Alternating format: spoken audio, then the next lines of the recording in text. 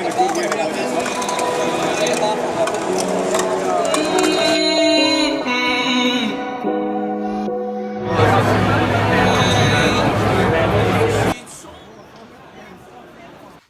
up guys, it's Cody with 3D Printing Technology. In this video I'm going to be explaining what gradient infill is. So gradient infill is an infill used in 3D printer slicers. Gradient infill is a type of infill that's like other infills like rectangular, honeycomb, full honeycomb, triangular, waves, or etc., which are used in 3D printer slicers like Cura, Precis Slicer, Simplified 3D. What this one does is it uses the shape of the object to detect what type of infill to use. It essentially uses rectangular type infill, or from what I've seen, and if the object is a spear shaped thing you're printing, it would be denser infill on the outside and lighter infill on the inside to save material usage.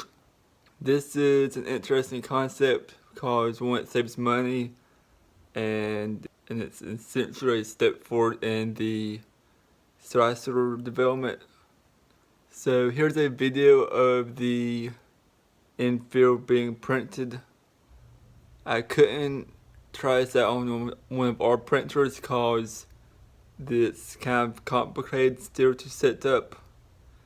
You have to slice it in Cura, then export all the G code into another computer program, and it'll pick through that and calculate what is being sliced in different areas, and then really export it back to the G code, then you can print it.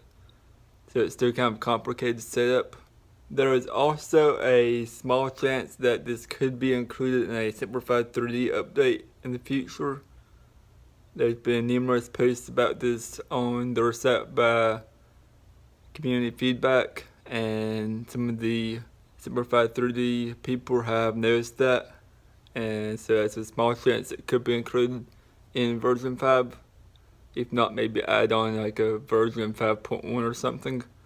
So that's going to wrap the video up for this week. Hopefully I can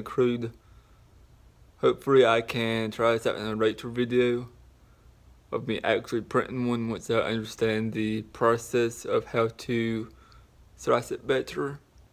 If you like the video and see today's videos first, make sure you click subscribe, and I'll see you guys next time.